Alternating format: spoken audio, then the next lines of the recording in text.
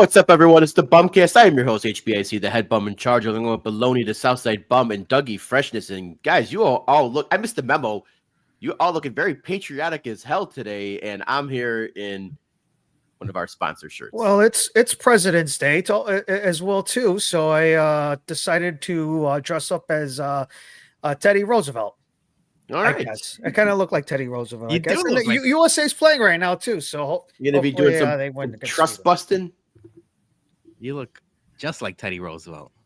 He looks a lot skinnier than Teddy Roosevelt. He's like Teddy Roosevelt on like Authentic or something. Yeah, Ozempic, Manjaro.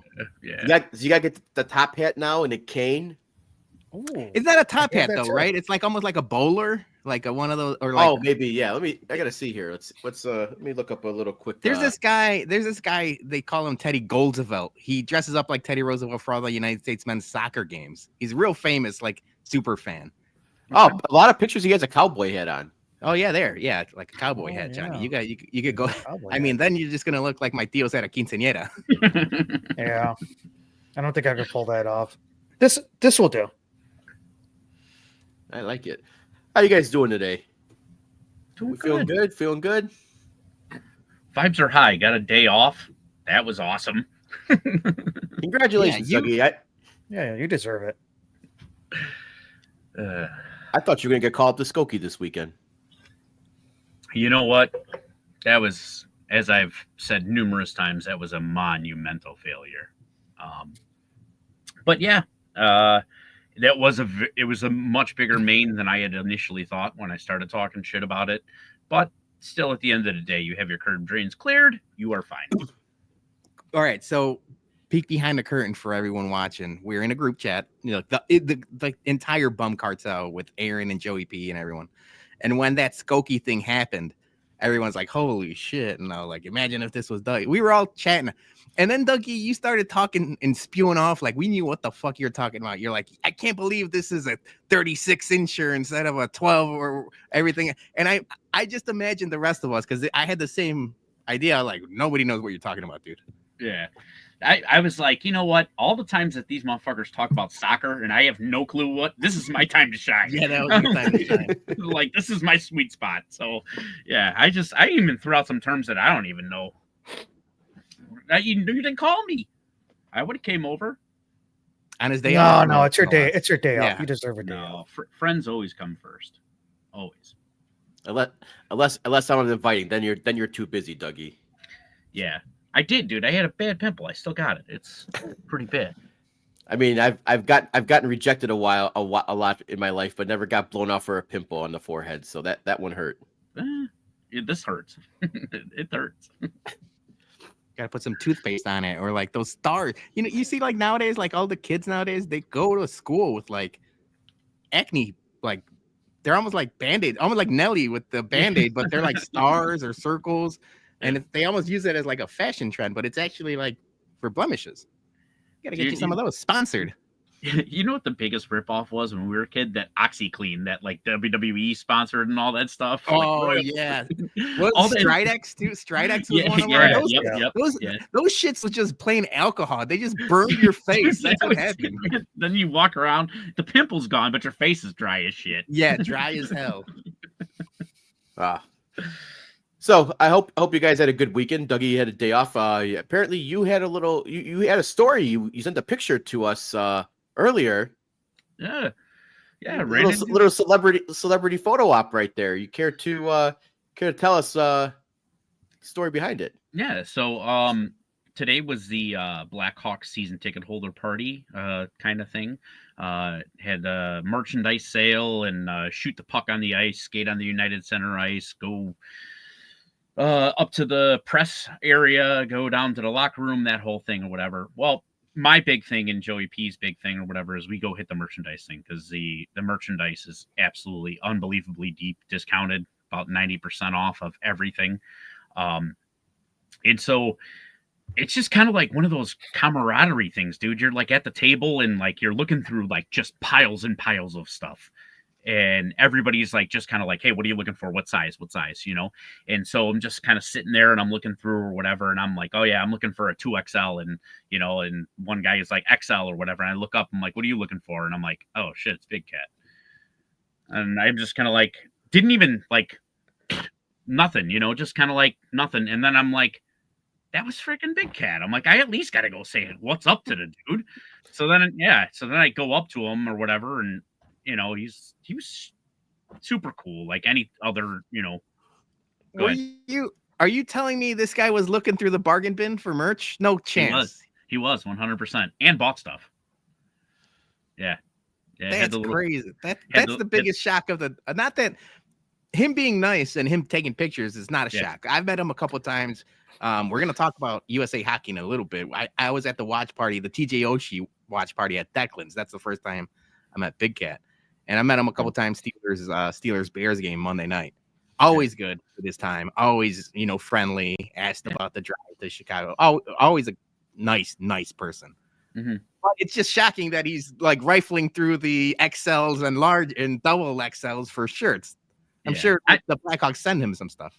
Yeah, I will say he wasn't there all that long. You know what I'm saying? Like, I think he kind of got burnt out real fast or whatever. But I mean, dude, like, I picked up like a coat for Matty Fresh or whatever, which is like one of the coach's coats, $250 coat for $10. Damn! Holy cow! Yeah. I mean, so yeah, it was good stuff, man. Michelin-esque. Yeah. So you had the picture out there, and I saw people guessing like how much you spent on merchandise, and you said retail value of all that merch was how much? It was like $2,400, like $75, somewhere around in there. All right, can you announce how much you actually spent on that? Yes, $253. Jesus Christ, that's savings. Yeah. You know what? I mentioned this last week. I'm going to mention it again. My man Joey P is going to know what we're talking about. We got to start buying all that stuff and start selling it at Swaporama. Can't just put the Blackhawks table at the Swaporama flea market. What in the hell? That's a steal. Yeah, they did learn. They did learn from their mistakes last year, because last year they had jerseys, authentic jerseys, for $35. This year they did bump up practice to $50 and then authentics to $100. But I mean, they had authentic jerseys for $100, fight straps, everything. So that's pretty cool. Big names or just bums that are not going to be on the team next year? Blank. So you could go. You could go. Yeah, but you can go take them and put a name on the back if you wanted, for another $100. So $200 out the door, you got yourself like a player authentic jersey. So man, Blackhawks do things right. Yeah, they do. I'm pissed I didn't go to that event. I didn't want to take a day off of work for it, but I'm like, fuck, I should have went. Oh, dude, it's super cool. They really do take care of you. Dollar jumbo dogs, dollar popcorn, Garrett's popcorn at that. Dollar nachos, dollar pretzels, dollar water, dollar soda. And then like I said, you tour the locker room, go on the ice, shoot the puck, you get 3 chances to try and do what they do in the intermission. Pretty fun.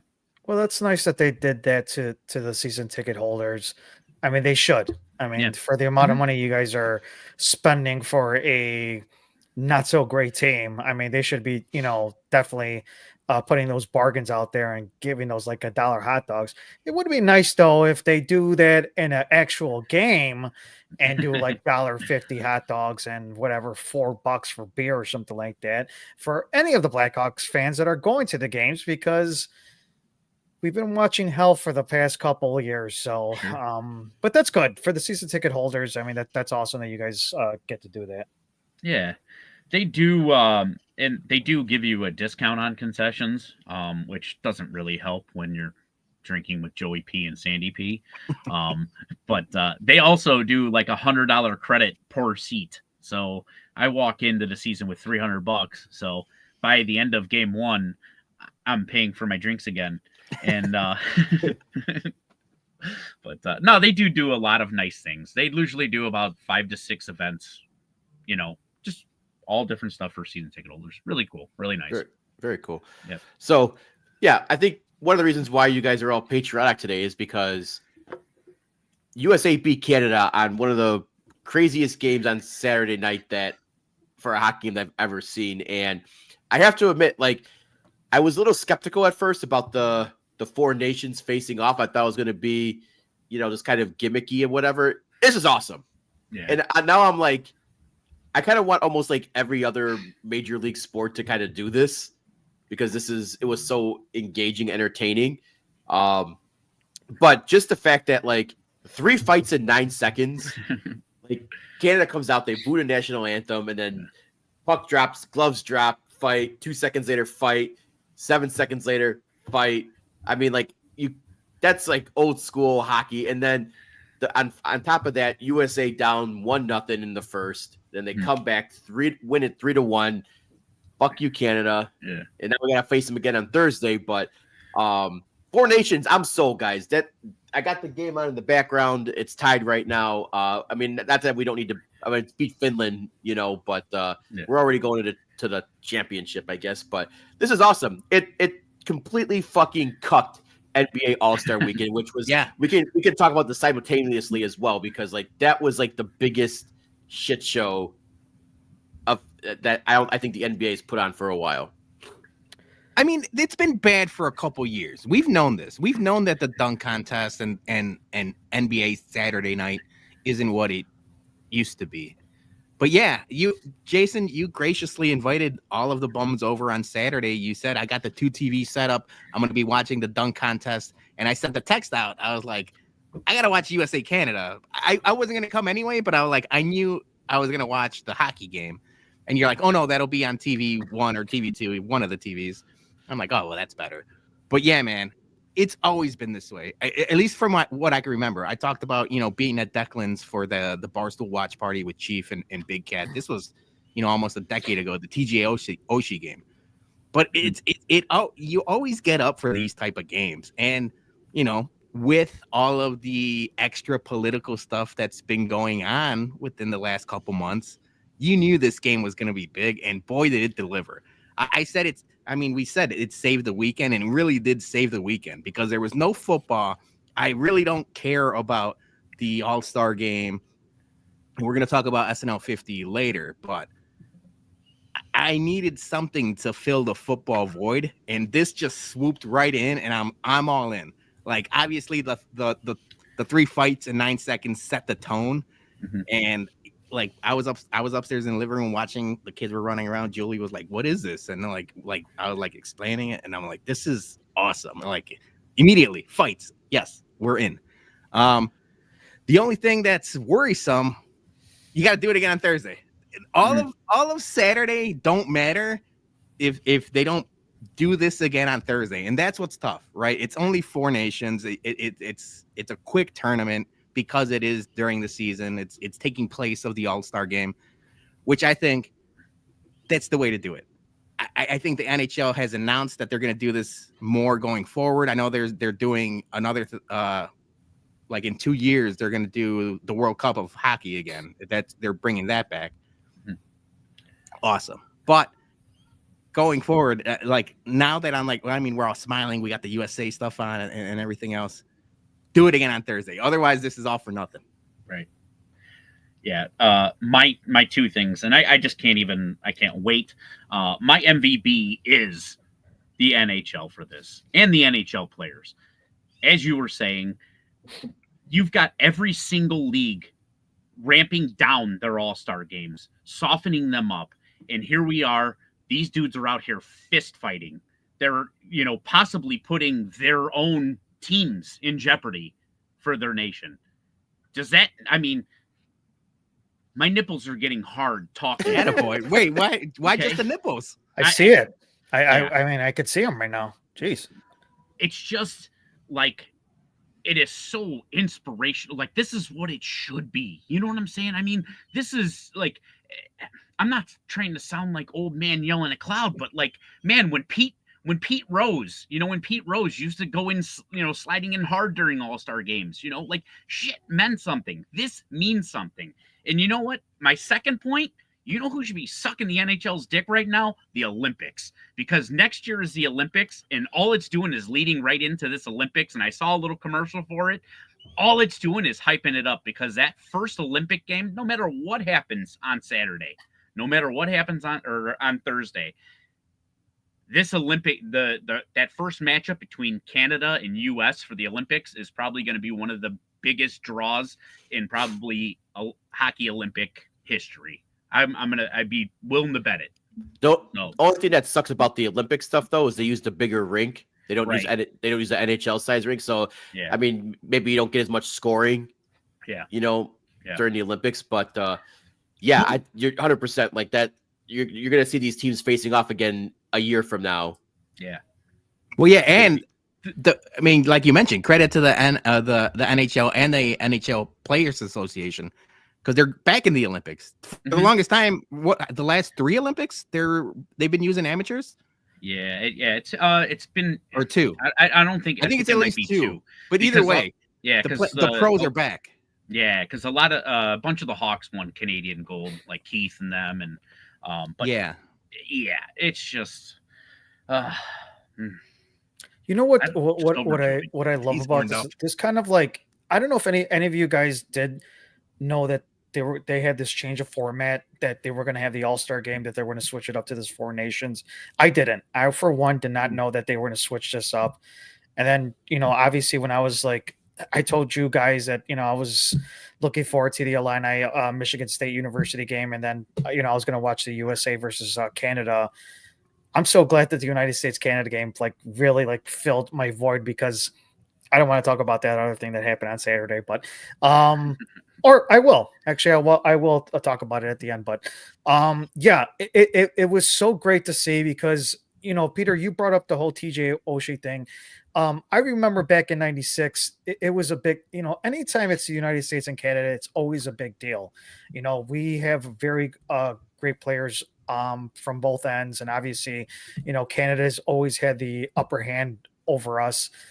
It's kind of like, Peter, if you want to kind of compare Mexico and the United States in soccer, yeah. It's kind of like the similar thing as well too, except for, it's up north.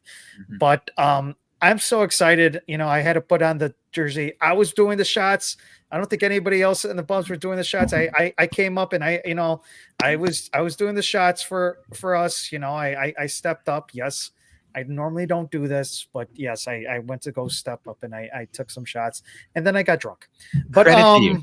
Credit to you. But it was a good drunk. It was a good drunk. It was a good victory for the United States. Winning 3-1, and I can't wait till Thursday. I am excited for Thursday. You have to bring in just that atmosphere in Boston is going to be incredible. I mean, they just have to be equally as loud as what the Canadians did. I don't know how they're going to go rowdy. They're going to get rowdy. I love it. Usually, I don't like Boston fans typically, but I'm ready for them to be the Boston meatheads. Yes. One other thing too, the start of the game. Do we see any fights going on the very first start? You think they run it back? They run it. I think they have to. They have to. Yeah. I think they're just going to run it back. So it's credit to the Kachuk brothers, right? They really have been Bash brothers. Like the Bash brothers, but they really, the first game, it wasn't even the Canada game, but the first game, the Kachuk brothers went out there, skates on fire, and really set the tone for the Americans. Yeah. And they told a story. They're in a group chat. They're in a group chat with a couple Canadians, and they planned this out ahead of time, which I like. But it kind of took a little bit of in wrestling terms, kayfabe, right? You want to make it seem like they really do hate each other, and there is some animosity there, but that's more the fans than the players. All these players play with each other on same teams, and obviously the same league and everything. So while they are trying to win, I don't think the hatred is there, but they're building it up. Like I said, almost like wrestling. They knew that they were going to fight ahead of time. They knew they were going to fight hours ahead of time. But who cares? Because that set the tone. The fans went crazy, and me sitting at home, I'm like, holy shit, this is awesome. So hopefully it happens again, just so you get that tone setting. But yeah, I'm excited for Thursday. I'm excited for what the Boston fan base can be. It's going to be awesome. It's going to be must watch. Johnny, you mentioned you did the drinking. I think I'm in for Thursday. Drink the hockey drinking rules. I think it's going to be a good time. I would have joined if that Joey P and Sandy weren't over at the house and we ran through all my tequila bottles starting at 3:00 in the afternoon. Nah, you know what? I'll say that for later. I might have to bum you guys later. But I will say that I did tune in to the national anthem tonight or whatever in Boston. They were pretty loud. I can only imagine it's going to get just another step up or whatever. And they got to make it Chicago 1992 All-Star game. Yeah, it has to be that type of like noise level. Yeah. So go ahead, Dougie. Sorry. No. I was just gonna say I don't know if you guys know this or not or whatever, but that whole like the Kachuk brothers fighting at the beginning of the game, that was an homage to their dad because their dad did the same thing. Oh, that's nice. awesome. That is cool. That's a little bit of stuff where like we'll talk about the NBA and how they're doing everything wrong at this point. This is how the NHL could capitalize on a little bit of this. It's awesome. Yeah. So did you guys get a chance to watch any of the NBA All-Star Saturday night? Yeah. Because I don't know if you guys saw NBA was getting a lot of shit. They've been getting a lot of shit this whole season, and rightfully so. Then they pretty much do the same format they do every year. They haven't really changed up their All-Star Saturday night, and except they got rid of like they're like the one where they have like the NBA player current, the legend, and the women. Oh, like player. the 3-man thing. Yeah, they used to have that. They don't have that anymore. Whatever. But the first thing they do with the skills competition, the first thing the Spurs, Wembley and Chris Paul, and then instead of doing the jump shots, they just chuck the balls so they can go to the next station. Dude, people were mad online about Wemby like cheating the rules for him to go fast. And I text you guys, show me the rule book. Tell me where this is illegal because he's just trying to go fast. Speed wins in this scenario. I like it's the Eddie Guerrero. If you ain't cheating, you ain't trying. I respected that from Wemby and the Spurs. I like that. They got disqualified. Bad look for them. I approved of the methods. But it's just funny that they're getting so much shit for it, like their format, and then the first thing they do is they got two guys not even trying, and just like that. Is it not even trying, or is it trying too much, trying too hard to win? Yeah. So I mean, I'm assuming it's all just speed. Like that's how you win is the fastest dunk. Yeah. Okay.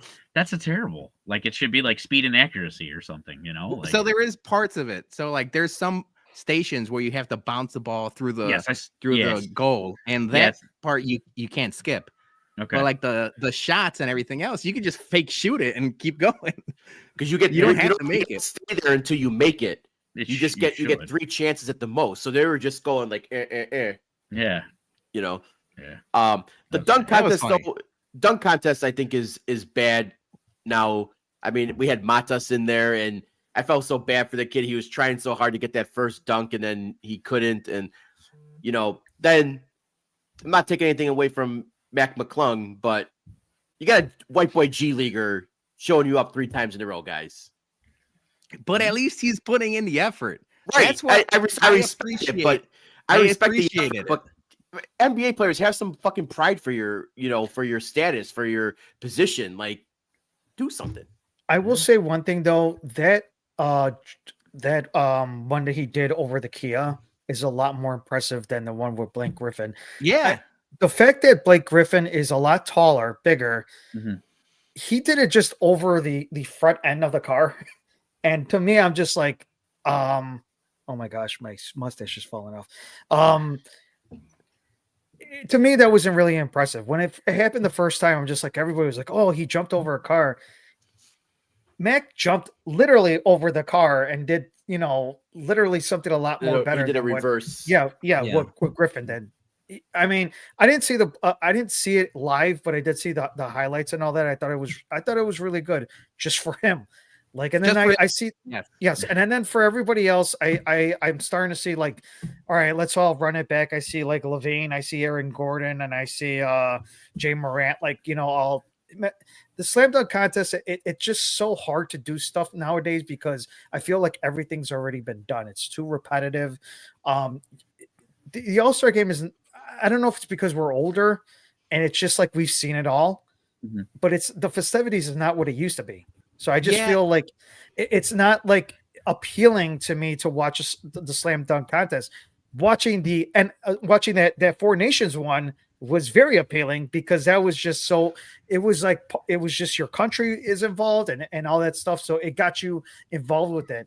You know, I think another thing too, the Bulls suck. We don't have that much representatives. Yes, we had what's his name that was on the slam dunk contest. I can't even know what his fuck his name is, but you know, and I'm sorry for that, but you know, I just to me, I haven't watched a slam dunk contest in a very, very long time, and it's just because I feel it's too repetitive. I've seen like almost every single dunk that you could possibly do. What's the next that they can do that could surprise you, like in these dunk contests? I used to love the 3-point shot. You know, and well, you know, they kind of fucking like those scores were just booty for people in the 3-point contest for a league that does nothing but shoot threes. None of them could make a fucking three on Saturday. Yeah, I saw that. Somebody, I forgot who. Somebody had a good score. I was watching that while watching the hockey game. But it goes back, at least the dunk contest. We could talk about the repetitiveness and like nothing's original and everything's been done. But you can't tell me if the NBA put up, or Sprite, or whoever the sponsor is, puts up $5 million and all of the big time NBA players, whoever it is, Ja Morant or whoever wants to do it, does it. You can't tell me we're not watching. Oh, we're going to be watching. That's what you need. You need stars and you need stakes. The US-Canada game had stakes, had real life political stakes. But the dunk contest, if you don't have the star power and you don't have somebody like Sprite or the NBA putting up a big fat bag for it, the players aren't going to care. They haven't cared for the better part of a decade. But that's the thing is that there's a way to build it back up. I think it can be done. It just, you got to have these guys commit to it. But that's the thing. Like you saw, like LeBron, everybody was bashing LeBron about, you know, him not. He's never done it.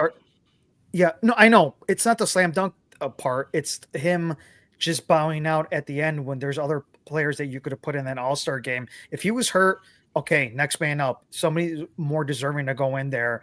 To me, like, you have to bribe these people to go in and do this when it wasn't a bribing thing. You know, Jordan, Hawkins, Dominique.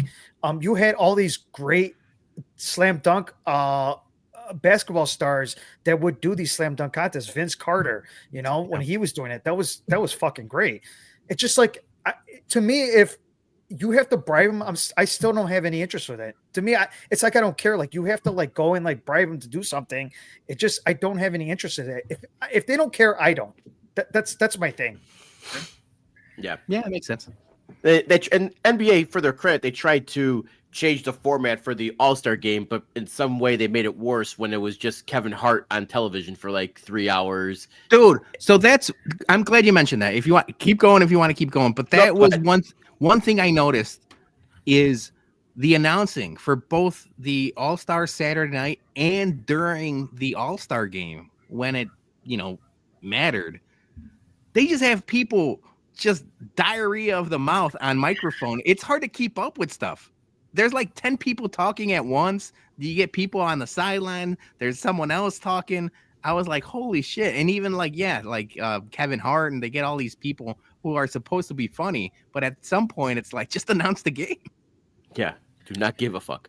Even, I don't ever want to agree with this guy whatsoever. But even Draymond Green is saying that this game is like, I'm glad he's like pointless. That. You know what I'm saying? Yeah. He's saying that, a basketball player is saying that. And he's got balls to say it. You know, if anybody's going to say it's him, and it's good that a basketball player from the NBA is saying that, because I'm like, you could see it in the ratings already. Forget the All-Star game; they're losing interest. You know, their numbers are down.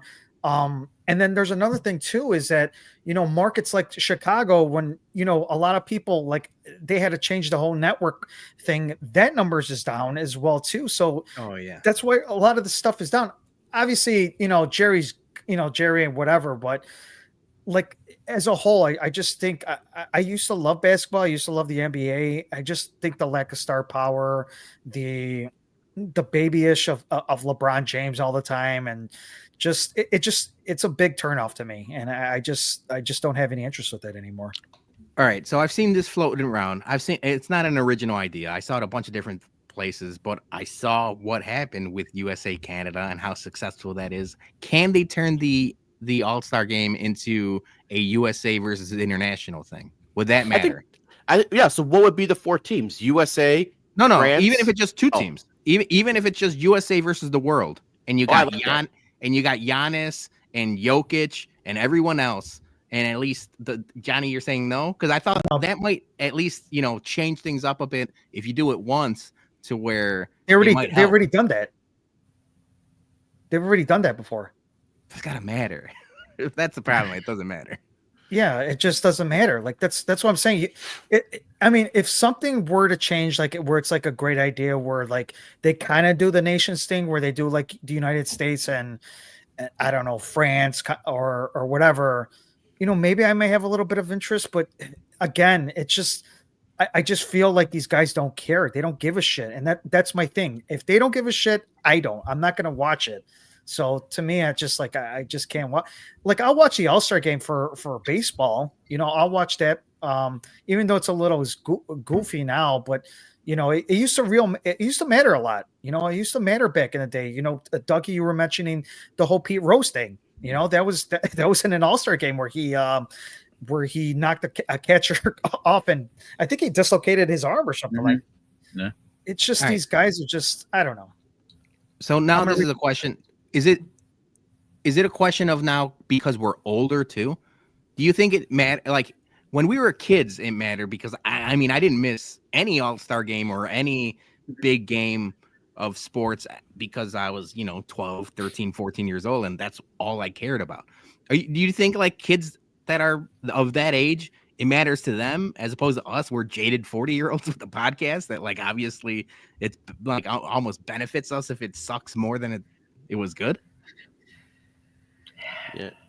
I don't think kids care about tuning in nowadays. I think we just care about it. Yeah. I don't know. We'll have to get some kids. Yeah, I guess we should probably ask like Johnny, our cousin Javi's kids or something. Like, oh yeah, that's a good idea. Like I bet you they're living and breathing with the dunk contest and like the home run derby way more than we are nowadays. Yeah, you might be right. It's just different, But I think you guys are stressing out too much, like over the big things with this game or whatever. I personally enjoyed the NBA All-Star game for the little things. I found myself in a rabbit hole just Googling pictures of Kevin Hart with athletes because those pictures, dude, even with the women, he is just so tiny, man. It is. So Aaron, just enjoy the little things. Aaron has an Instagram story on her page with the picture of him with the WNBA women, and she said it was like, this is the funniest thing Kevin Hart's ever did, or like maybe the only funny thing he's ever done or whatever. But that visual is hilarious because it's just like shoulders and his head. And it's just so demoralizing. Like even the ladies are like crouching down, like probably getting like abdomen cramps, just trying to get him in frame. Amazing. All right, I got one last hockey thing, guys, before we move on here. Since this was technically their All-Star break, so now we're going into the final, 2 months of the season. Right now, this is where the Hawks stand. They are second from the bottom. They are 4 points behind San Jose Sharks. And I wanted to know from you guys, the Hawks right now in their, what is it, the last 10, they're 3-3-4, so they have been winning somewhat. Do you think that they're ruining their chances at a lock number 1 pick, or is Gary Bettman gonna do a Patrick Ewing and not let the San Jose Sharks get back-to-back first-round picks? So, in my opinion, they're obviously going to get a lot worse. Trade deadline, everything coming up or whatever. I think one of their more productive guys, Ryan Donato, I think he could possibly potentially get moved. There are some veteran guys that I think are going to get moved. I hope and pray to God Seth Jones gets moved. So I think that they are going to get worse. I don't know what San Jose has in the way of firepower of what they're going to be trading away, so it's hard for me to say. The only thing that does suck is they have played a few more games than we have, so that kind of hurts Yeah, us a so little bit. they played 2 more games and they're 4 points worse Okay. now. So that kind of puts us in a more of a hole, It does. Yeah. So I think I would kind of, unless the Hawks go like on a true tankathon, I'm thinking we need the commissioner to do some shenanigans here, because we can't have San Jose be getting Celebrini and then I don't know who the guy this year is.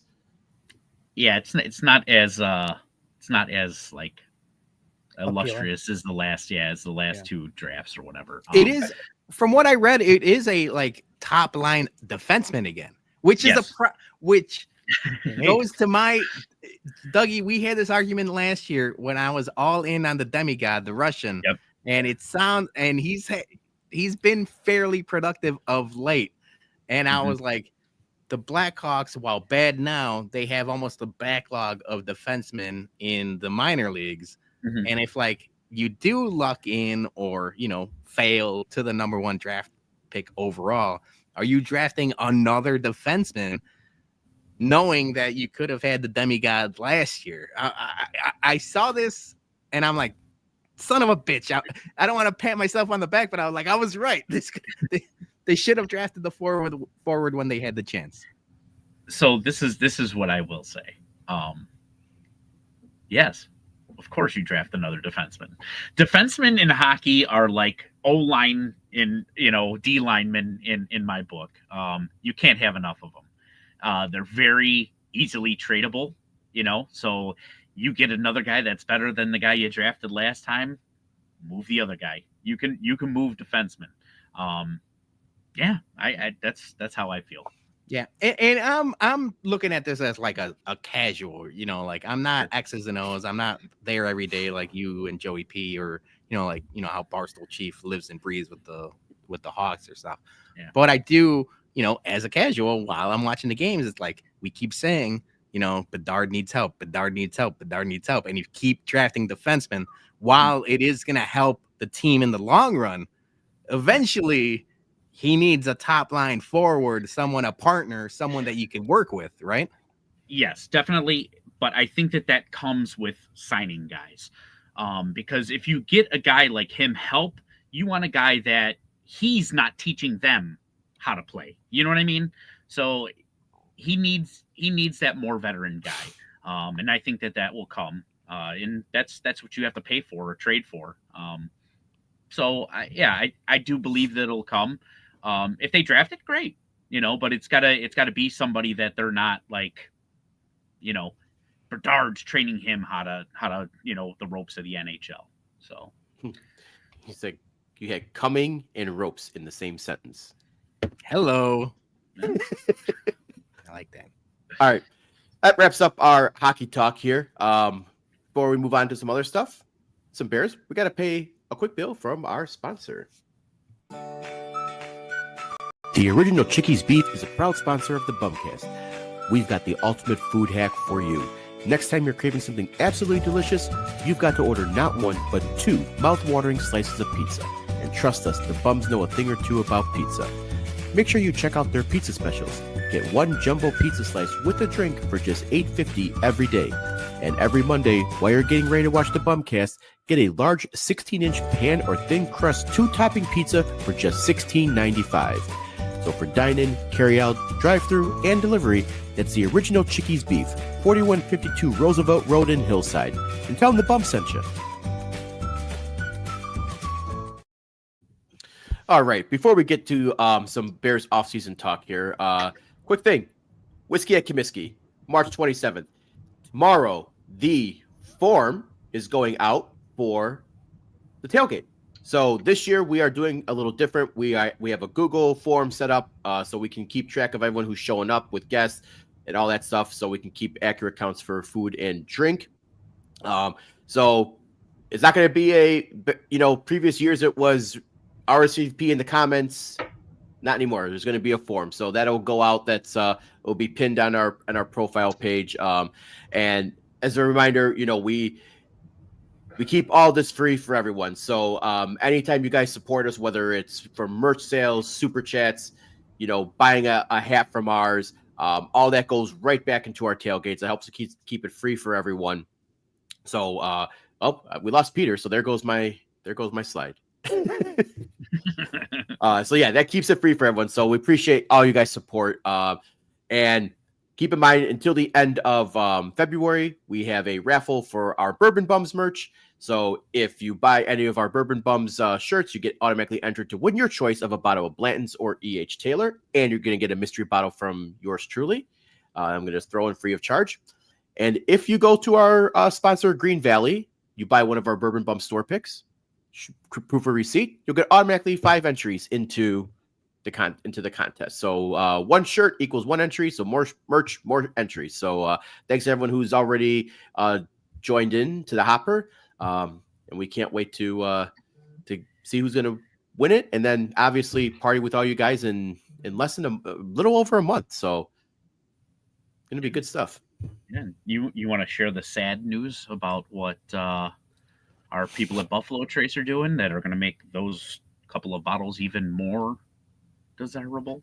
Yeah, Buffalo Trace decided they're going to raise prices as of February 5th. So every bottle from them now is about $10 to $20 higher. So boo. Yeah.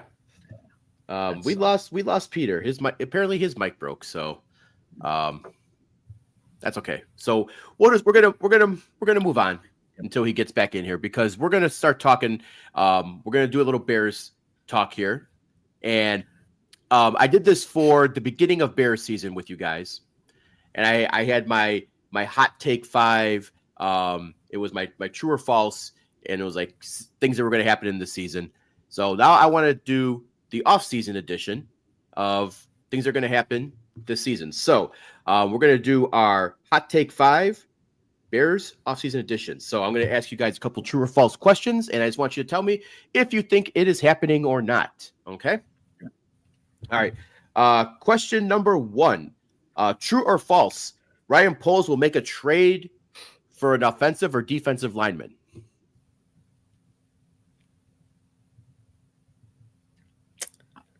I'll go first.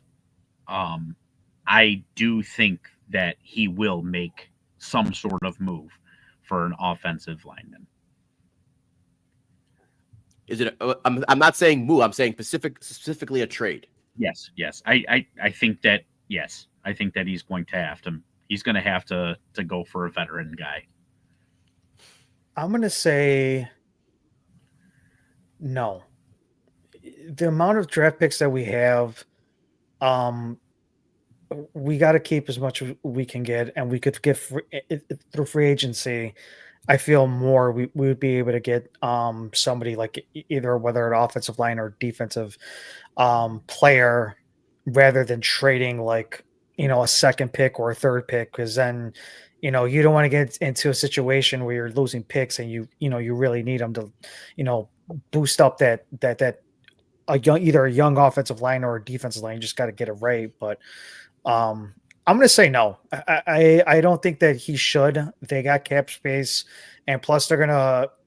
I think towards the end of it, where they're going to have more when they cut, they have a couple cuts. They have like around 71 million in cap space. I just feel like you're going to have more than enough money that you don't have to trade. So I'm going to say no. Okay. Prad says, is the guy from Casey's O-line the Bears? Yes, he is. Trey Smith. He is a free agent. Peter's back. Can you hear me? Yeah, we can. Had to fix your mic. My mic's completely broken. I'm going to leave for a second because I can't hear you guys. But I'm on my phone, so give me a second. I'll be right back. Dude, he looks like he's like doing a job interview. You got Telemundo. I don't get Telemundo microphoned. I'm gonna go Johnny with you on false. I think that I think it's more gonna be free agent and draft. I think trade would be like he absolutely gets blown out of the water. Like they just strike out completely on all fronts. So I'm gonna go with false. He is not going to make a trade for an alignment on the offensive or defensive side. All right. Question number 2. to piggyback off the same topic, true or false, Poles will sign a top offensive and defensive end in free agency and will be the 3-time offseason champions. I'm gonna say false. I don't think he's gonna get both. Okay. Yeah, I don't. I mean, the top. I mean, I know Myles Garrett wants to go, and like I said, that first question, it's just too much to trade for him. Trey Smith. Yes, I think we could get him. It feels like we're very heavily favored to get him. He's going to be the top O line to get a free agency, but defensive end, I just don't think that we have a lot of other areas that we have to spend that money with. So getting like another guard is possible as well too. And then, obviously getting somebody else on the defensive side, I just don't think that we're going to be able to get like both. So I would say, yeah, no. Okay. I'm going to say yes with a little caveat because I think they are probably more likely than not going to get Trey Smith. I think they're going to throw a lot of money at him to get. And if you're looking at like the top free agents, I mean, you got Josh Sweat from the Eagles, but he's an outside linebacker. So, I mean, not really, an end. But then you got Milton Williams also from the Eagles, who is a defensive end. So maybe you could pry him away. But there's also the possibility maybe they go after Khalil Mack again, bring back a aging veteran to pair with Montez Sweat. So I think they're going to get a defensive end. It might not be the top one, but I think they're going to get a name defensive end to pair alongside. So I am gonna give that a true with a kind of like a little asterisk next to that one because after he's back. Can you hear me? Yep, we hear you. It was upside All right. down for a minute. He was in a line mode. I'm back. I'm on my phone and my AirPods because my microphone is completely destroyed. Peter, do you need your backup microphone back? Yeah, the big blue Yeti that you've been getting roasted for, and I'm gonna need my toy back if you. Shit. All right, so Peter, we're finishing up my second true or false. True or false? Ryan Poles will sign a top offensive lineman and defensive lineman to be the 3-time offseason champions. Well, we're already the 2-time offseason back-to-back champions because the Daddy Fluce glow up last year and Caleb Williams, and now this year Ben Johnson. So we already got that belt. We already got that strap around our waist. But I do think they're going to sign O-line. I don't know if it's going to be both O-line or D-line. I think the way this free agents market is, there's a lot of bad teams with money, and I think it's going to be tough because the top defensive lineman right now is Khalil Mack. And are you going to really want to give him a 3-year contract when he's talked about maybe wanting to retire and he's already been here before? So I'm not sure. I don't know. I'd rather them draft as many, D-line and O-line as possible. So my answer is false because I don't think they sign anybody, not anybody of note. I think there's people to be had, on the D line that can help, but I don't think it's not a big name splash. Okay, that's what I kind of, but true with a little asterisk next to it. So, okay, question number 3, true or false? Ryan Poles will use a day 2 pick on a running back.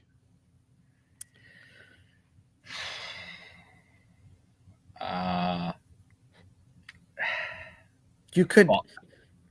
I'm sorry. Go ahead, Dougie. No, I was just going to say false. I don't think that's going to be a focus. So I'm going to say no, false. Knowing that Johnson loves his running backs. Yeah. I'm going to say that too, just because it's you could find a lot of good running backs in this draft. So they could possibly find some. They could possibly draft somebody in the 3rd round. But if there's somebody out there, because they got two 2nd round picks, I mean, it is possible. I'm not saying it isn't. I really hope they use that first round pick for a running back, and I've been seeing so many projections about this. I hope they don't, because I've definitely seen a lot of like running backs that they could take either in this, possibly in the second round, but I think you could wait to the third round as well too. So I'm going to say no. Yeah, I do think, like you mentioned, Ben Johnson loves his running backs. Jahmyr Gibbs was a gigantic part of the offense this year. I don't know if there's a Jahmyr Gibbs in the class. I know people are talking about Ashton Genty and like how, you know, I saw mock drafts with the Bears with that. I'd rather not. I'd rather not. What are we talking about when you say day two? Like, when is day two? Like, so it's second, third, and fourth? Second and third. All right. So this is the current draft picks for the Bears. If you're talking to me with the 10, 41, 42, or 72 pick, no. I don't want a running back there. Any part after that, that's a flyer, that, and I'm talking about any position. So if you want to, draft a running back, 146, 195th, yeah, dude, go do what you want. The only other thing I thought about, and it's hard to, project what a practice squad player could be. But do you guys remember Ian Wheeler from Hard Knocks? Yeah. Ian Wheeler from Hard Knocks had wheels. He literally had wheels. He's coming back from an ACL. So he blew a tire. Yeah, he blew a tire. He's coming back from an ACL. Maybe he has a spot on this team, depending on how Ben Johnson, can use him. Mm-hmm. So if that's the case, maybe you don't, you draft somebody within the first 4 picks. I'd rather them not do that. Well, keep in mind, we might actually get another third round pick as well if Ian Cunningham goes to Jacksonville. Yeah, that's a good point. So we could potentially have 4 day 2 picks. And so maybe he got a second round interview with the Jags again, so that possibility. And now, all right, Peter.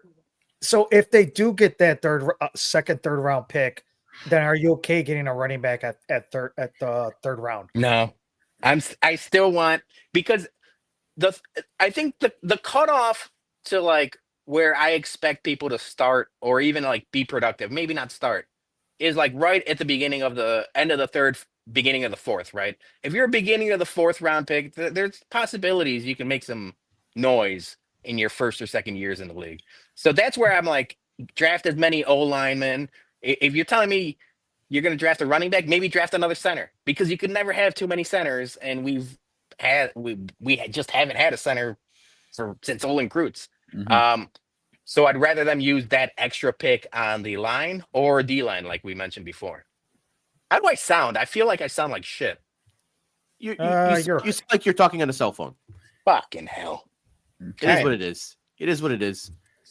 It happens. Hey, you know what? Olin Kreutz got 2 sons in the line, and one of them is a center.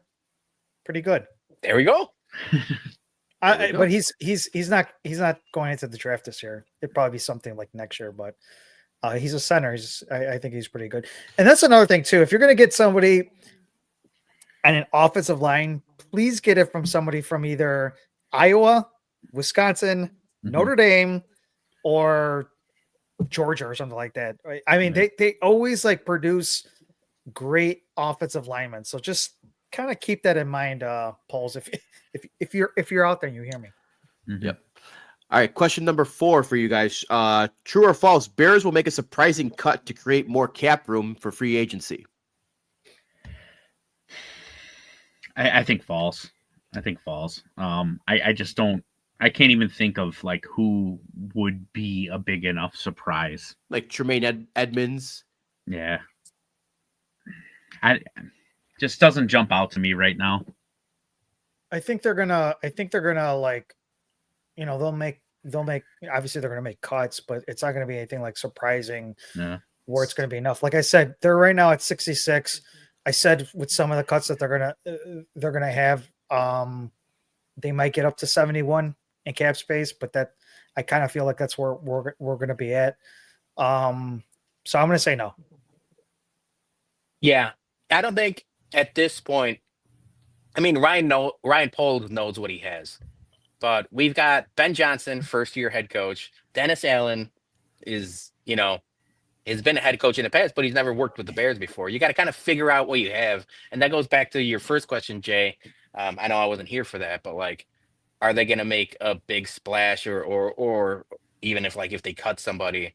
I think you got to figure out what you have first. I mean, obviously the grades are there, right? The Pro Football Focus grades, whatever you want to call them. So they know what they have, but I don't think there's anybody like really that stands out like a big name that maybe they'll get rid of. So I'm going to say no.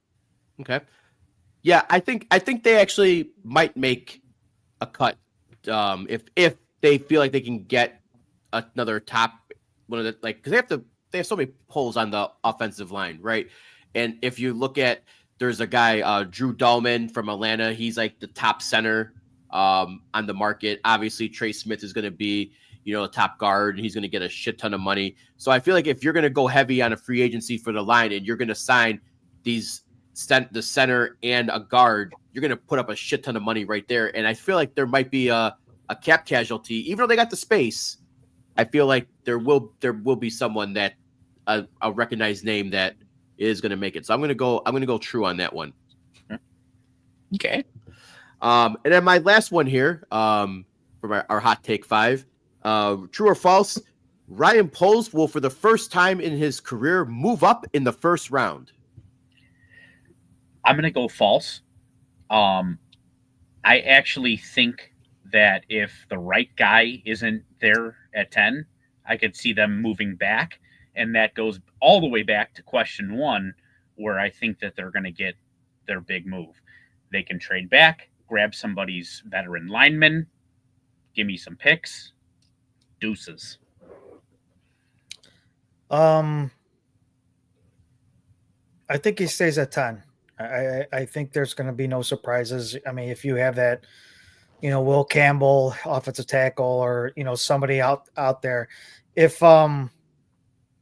I'm going to say this too. I know we're going to need an edge as well too, and I don't think he's going to be available. But if Carter's available from Penn State, I would take him, man. That dude's a fucking beast of an edge. Yeah, what's his projected right now? I haven't seen any mock. It's kind of like I think like he's definitely going to be like either top 5 or top 6. I'm telling you, this guy is a game changer when it comes to like he's aggressive. He's got that that if factor, when it comes to defensive ends. And I just think that he won't be available, but I wouldn't mind getting him if he's available. But I think that we're going to stay put at 10. I don't think he moves that first round pick at all. But this is Poles, so anything's possible. He's only one gas mask bong away from sliding down to 10, baby. Yeah, shout out Laramie Tunsil. I like that. Peter, what do you think? Yeah, no, I don't think there's anybody. That would be a big, ballsy, splashy move. I don't think that's necessary. I'd be more inclined for them to trade back, like Dougie mentioned. You can get more bang for your buck if the right guy isn't there. So yeah, I don't think it's necessary at this point. You got Ben Johnson, you got a decent enough roster, and you should be able to, bolster it with O linemen and D linemen in the draft and free agency. I don't think you have to give up draft capital or mortgage the future next year or the year after that to try to get one guy. I don't think the Bears are in that position, or I don't think they need to be in that position. Yeah. I'm going to go again, true with an asterisk. I'm going to say that if Carter by some chance falls to 5, I think Poles then will start trying to get aggressive and move up.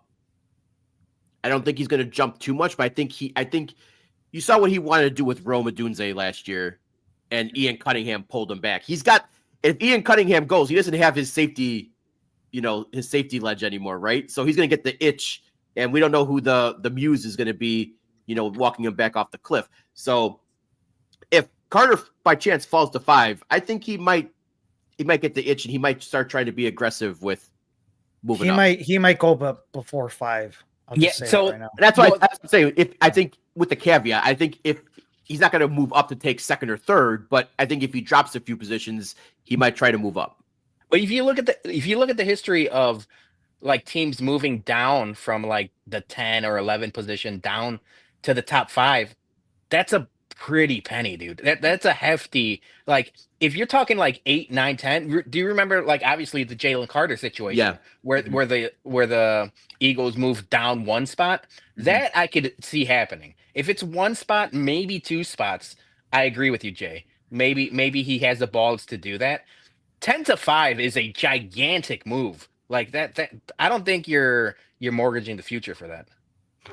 Okay. All right. Well, NFL offseason kicks off in less than a month. So obviously the free agent tampering period, the negotiating window, that's going to be a lot of telling signs of where the Bears are going to go for the draft. And I think the news is going to be fast and furious with like it was last year when we made all those signings right away on day one. So, but now it's going to be offensive line or bust, I think in free agency plus defensive line, but that remains to be seen. So, all right, that's our type 5. All right. Before we get into some nonsense, we're going to pay a quick bill from Peter. I got this if you need me to. No, I got it. Okay. I've got both screens up. I've got my laptop up. I just don't have a microphone for it. So I got it. Here we go. ShySportsBums.BigCartel.com is the home for all Chicago sports bums merch. We have Bears, Hawks, Sox, and Bums merch available. Anything you need to get ready for a big game or a Chicago Sports Bums event. Remember, all profits go directly back into our Whiskey at Comiskey tailgates to keep the beer and food free for everyone. So head over to ShySportsBums.BigCartel.com and pick up a couple Toot Tree shirts today. All right, guys, I'm bringing it back. It's time once again for a top 10 list. Graphic never gets old. Yeah, I'm bringing it back, guys. All right, this is my top 10 list of universal things that are annoying. And it's not just going to be annoying to me. It's stuff that everybody finds annoying. All right, so you're putting yourself in our shoes as well? Yeah. Okay. Yeah. Mm-hmm. I am putting yourself in your everyone's shoes here. And this isn't like things like rush hour traffic, that everybody like just hates. These are just little daily quirks that just annoy you in your life. Okay. So,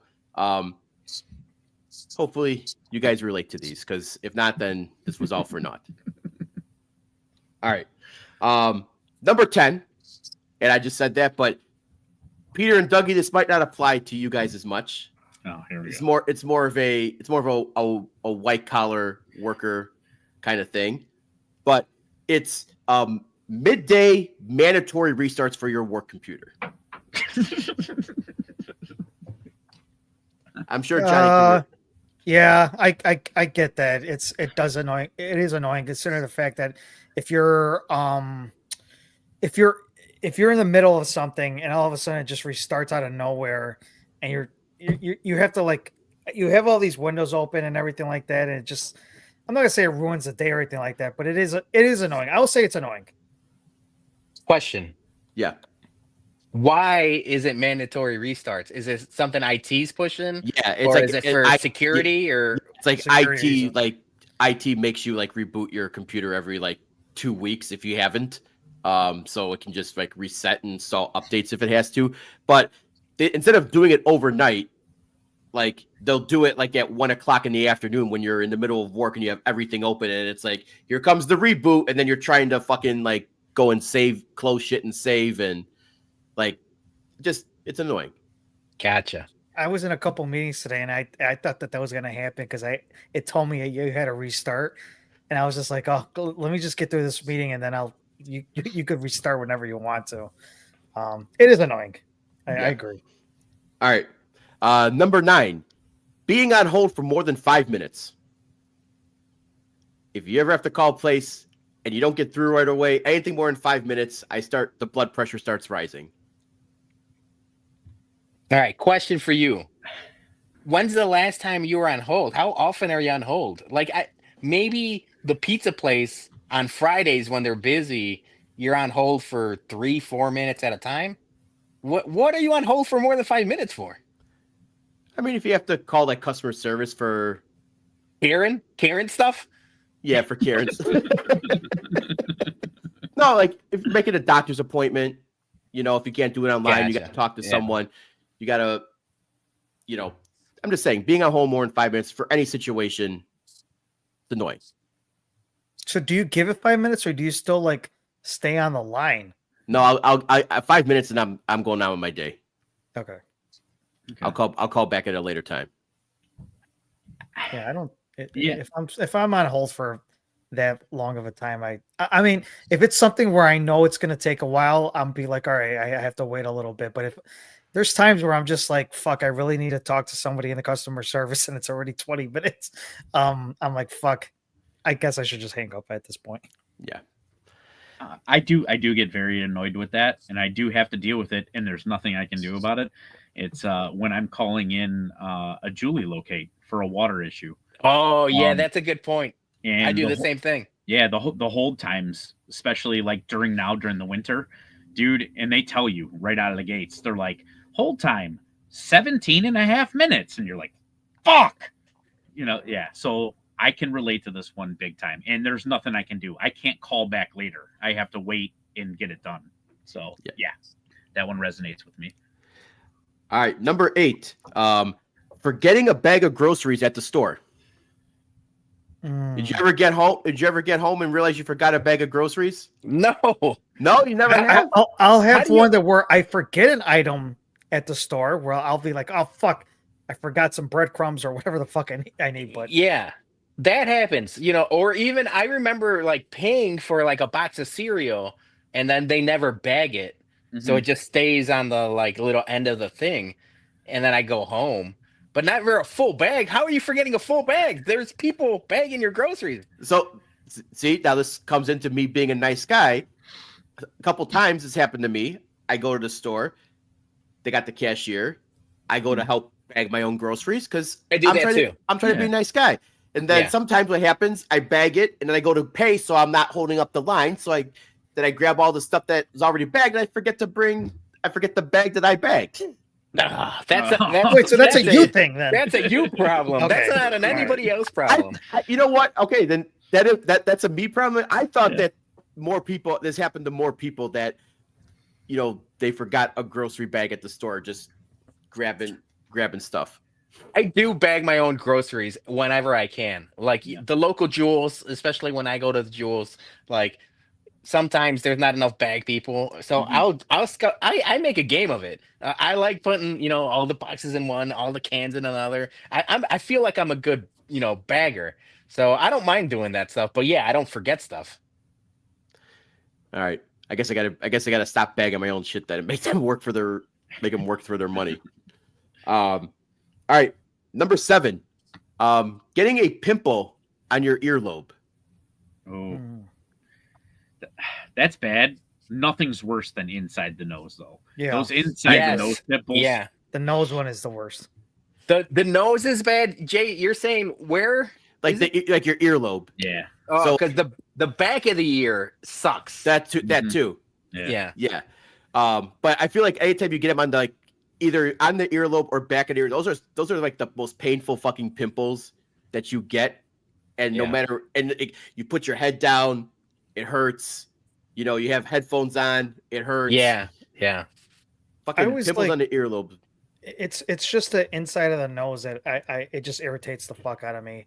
That's the one I can't stand out of all. I don't really get pimples too much on my ear though, either on the back or like inside the earlobe. But in the nose, either outside or inside, it sucks.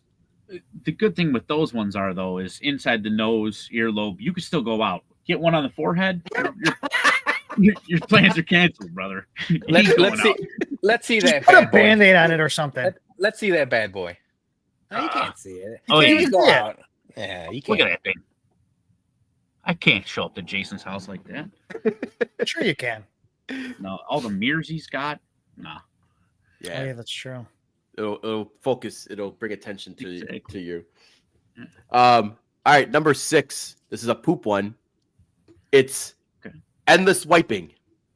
No matter how many times you wipe, it doesn't go away. Like a brown Crayola marker, just marking. I mean, sometimes you're at like your 10th wipe and you're like, what the fuck, man? Like, this is where I need a bidet. You know, I might as well at this point just go jump in the shower and spray down. No, yeah, you called it, dude. I text Dougie, or I think maybe you called a couple weeks ago when the family was really sick and we all got down with like the neuro stomach thing, and I was just incessantly pooping. I text you or I called you and I'm like, dude, I was like, your bidet in every toilet is a good move. I think I'm gonna have to do that. Yeah. Bidet in every toilet might be the move going forward. Dude, $30. $30, you could do it yourself. Golden. You'll never. It will change your lives. Well, I told you, eventually, sooner rather than later, we're gonna redo the master bathroom. The bathroom in our place, Julie and I hate the shower. It hasn't been remodeled since probably like the 80s. Okay. So like we got to redo that. And I said, like, the shower that we're gonna build, I need one. I want a bench so I can just sit and have a shower beer. Yeah. But I want jets everywhere. I want jets assaulting me from the up, the down, the left, the right. That's how you get clean. Yeah, hell yeah. Yeah. Endless wiping. I hate it. Number 5. This one might hit home with Julie. Food missing from your delivery order. No, that's a problem. That's a big time problem. Yeah. Yeah, that happened to us twice in a week. Where we just ordered food and it happens to be Sarah's food that they forget, so she gets even more upset. But you have one job, man, to put it in the bag. Yeah. No notes needed. That's a bad one. Yep. Yeah. But I do feel like every time that happens, it is Mary's. I feel like it's always the women. Yes. Always the women. And it sucks because it's like, do you want some of my food? And they never want what I have, or like Right. There's always like, changes in the order. And it's like, no, we can't have it. We got to reorder it or order something else, or like you're shit out of luck. That's always a bad thing. Yeah. Now here's the thing too. Like I know the ordering a portion of it, but if you're at a drive-through, do you check before you go? Oh, yeah. Everything is in there, because I feel like that's something that's going to be easily fixed. I did because I feel like forget things here and there. I did it the last time the food was missing. I didn't check a drive-through, and Popeyes forgot a whole chicken sandwich, which was Sarah. No, dude, I don't drive off. I stay there and check and then drive off, or I'll turn and check, because at this point, back when it was me and Julie, it was just like, 2 orders. Now we're ordering Happy Meals for the kids and two other orders. Now we got 4 orders now. So it's like, if someone's missing, it's a problem. So I make sure to check. Maybe like sometimes, they forgot like the sauce, or they forget like the condiments or the egg. Yeah, that's fine. But we need the meals. We need the sandwiches or the chicken or whatever we order. Like, I'm not driving out of there. I'm not driving all the way home and coming back. So yeah, I'm checking. I was never a checker. Like, I always just kind of took them for them until kids came into the mix. As soon as kids came in the mix, dude, you want a freak out moment when a kid opens up a damn Happy Meal and there isn't a fucking toy in there? Holy shit. Your night is fucked. Yeah. So ever since then, pop that bitch open. Make sure there's a toy. Maybe keep some like spare toys handy in case they don't get it. Yeah, right. Throw it in. Yeah, right. All right. Number 4. We're going back to poop. Pooping after you shower. No, you gotta. That's poor planning by you, my man. That's just poor planning. You gotta anticipate these situations. You gotta do the pre-check and the double check. You gotta go out and evacuate your things. Well, no. Before you get in the shower. Hold on. There are times where a shit might like come out of nowhere, and it's like, oh fuck, it's happened. I've had text messages from this where like one of my buddies, he was like, have you ever had a situation where you took a shower and then all of a sudden you got to take a shit. And I'm like, sometimes you can't control it. I remember there was a time when I used to go to Best Buy. I don't know why at Best Buy every time I always had to take a shit. It just popped out of nowhere, and I was fine before I got out of the car. Like you can't control that. That's a good point. Do you guys have a instant poop place? Because Johnny, you mentioned mine's Borders. Do you remember when we used to go to Borders, like Borders, the bookstore? Yes. I don't know. It's something about paper smell or like the coffee that was like, because they always had a coffee shop in the Borders. Something about the scent of Borders bookstore. As soon as I walked in, I might as well just walk straight to the bathroom. it was like a Pavlov's dog or what, like some sort of effect. Yeah. I do not have one, but I did have a favorite poop spot, the Stadium Club at the White Sox. Yeah, I've been to those. Those are real nice. Those are good. Those are good toilets. Did you ever have an incident where you were somewhere, like, let's just say a grocery store or the mall, whatever, and it was like, I can't hold it. Like, I have to go to the bathroom. Last year, I was at Mariano's, and I literally, I don't like going into the Mariano's bathroom. I had no other choice. I had to stop what I was doing. I left my cart. I had groceries in there. I left my cart. My stomach was fucking. I'm like, I have to go. And I had to, like, it was like an emergency. Have you had a situation like that where it was just like you couldn't wait? Like, it had to be like, hopefully they had a bathroom so you could, have that emergency like taken care of here. Was that the same time you ran into Michael Kopech? No. Oh, that was a different time. Worst thing about pooping after a shower is the wet butt. Well, you got to reshower. You got to reshower at that point. Yeah. I'm telling you, 2 for 2 for the bidet. Yeah, that's it. The bidet, the wet butt. You can't wet butt paper towel toilet paper. Like, that's just bad news. Yeah. All right, here. Number 3. This one I think is going to relate to a lot of people. Getting an itch on the bottom of your foot while you're driving. I don't think that. How often is that happening? Yeah, I don't get that a lot. I get that at home. You guys never get an itch under your bottom of your foot while you're driving? I do. Yeah. Especially in the plow truck, dude. Yeah, like you're just in that plow truck and your boots are marinating. Yeah, but I don't get feet itch. Okay. Like it's typically like when I'm like over like plowing and stuff. Yeah. You got layers and you typically take them off, and then when you're in the truck, you could plow in a t-shirt or whatever. But I'm like a bear. I'm always scratching my back. Like the back and the shoulder blades is what gets itchy. I don't get feet itch. That's a you guys problem. Well, I get the back one. Do you guys use the wall? The corner. Hell yeah. Yeah, the corner. The corner is the way to do it. Like a bear.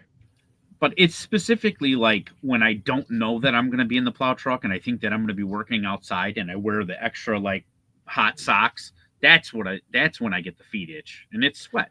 It's 100% sweat. Yeah, there'll be times I'll be driving down like 55 or something, and I'll just get like an itch on the undersole of my foot, and then you're just like stomping your foot, in the car trying to make it go away because you can't really like bend over and scratch it while you're behind the wheel, and you don't want to die from an accident. Like how did he die? He got a itch on his foot. Also, how itchy does it get to the point where you have to stomp? It gets annoying, dude. I think you got to maybe new shoes, new socks situation. Swap them out. Dude, I can't. Dude, I forget it. I shouldn't say that. It would be funny if like all of a sudden like cause of death, foot fetish, because they have no idea what you were doing in that car with your feet. But all right. Number 2. It's not a crazy one, but it's when you can't sleep. That's like all the time. Yeah. Well, here I have a question for all you guys though. Do you need something to get you to go to sleep? Do you need like a fan going on? Do you need like the TV on, a light on? Do you need something to let you? Me, I always have to have the TV on. I cannot sleep without a TV on. It's just something with, just listening. It just makes me go to sleep. It doesn't matter where. I just put YouTube TV on and just let that ride. But yeah, do you guys have anything that you have to have in order for you to go to sleep? Yeah. No. Yeah.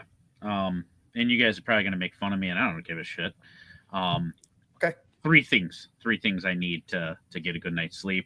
A1 is a fan going. A2, I pop a melatonin.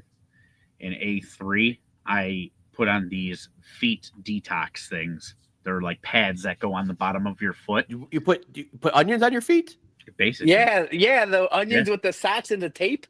Dude, you got like old wives' tales. Dude, I'm telling, it's just these old. I don't even know what they are. Chinese something. It's like a detox pad. I'll take a picture of it and send it to you guys when I get. Wait, but you need that every day to go to sleep? Yep. Whoa. Yeah. It just does something. It's just some kind of, I don't know, like chemical balance or something, or just makes me feel comfort. I have no idea, dude. Did you take them to Indianapolis when you went to bed with Joey P? Yeah. Dude, Joey P passed out before he went to bed. He had no clue I put those suckers on. That's crazy. He's like, man, I got a taste for some fucking carne asada, man. Dude, well, here's the wild part, dude. When I first started doing it, it was the heat of summer, and I was doing a lot of smoking and barbecue. Dude, when I took it off in the morning, the thing smelled like fucking barbecue. The toxins coming out of my body was, dude, I swear to God. Oh, I'm gonna give them to you guys and let you guys try them. We might have to we got to try it as a group dude, test. They legit, like in the morning, like you peel it off and there's like black shit. It's like pulling toxins out of you from your feet. So I tied some onions to my feet, which was the style at the time. Yeah, which was the style. So what do you like cut? That's like crazy. like a slice of onion and you just like? No, they're just fucking with you. Yeah, it's like a pad. It's a pad with a sticker that like basically goes on the bottom. No, but I've heard you can. I heard you can do it with onions, and it does this. Yeah, I've heard that too. Yeah. Onions with wet socks supposedly like makes you better when like you got a flu or sick or cold or something. whatever. Yeah, that's Dude, what you do with kids. A Vicks vapor rub on the bottom feet. I have a routine, but it's nothing crazy like what Dougie just shared. Like I'm an insomniac by nature, especially in the wintertime when I'm not working. Like I won't go to bed till like 2-3 in the morning today.